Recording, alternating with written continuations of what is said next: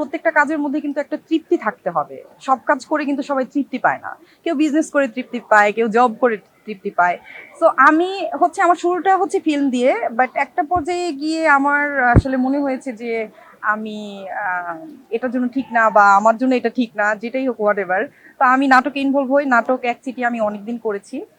তো নাটকে আমি কেন যেন আমার কাছে খুব কমফোর্টেবল মনে হয়েছে, মানে আমার নিজেকে আমি খুঁজে পেয়েছি। আর সিনেমাটাও যেহেতু আমার শুরুটা এখান থেকে, সো এটার প্রতি ভালোবাসা সবসময় আমার আছে।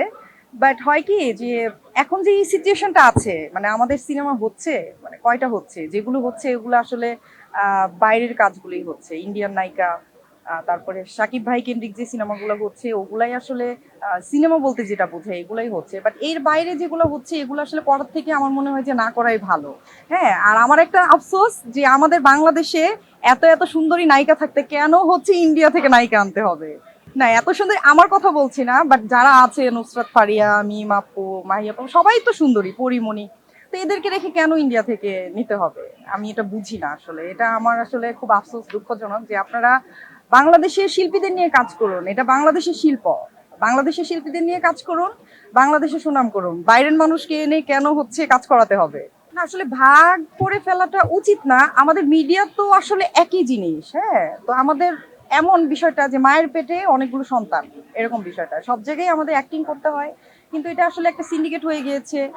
কারণ এফডিসি কেন্দ্রিক কিছু আমাদের ডিরেক্টর আছেন, প্রডিউসার আছেন, যারা হচ্ছে অনেক আগে থেকেই আমাদের এফডিসি কেন্দ্রিক সিনেমায় বানায়, প্রযোজক সমিতি, এখানে পরিচালক সমিতি।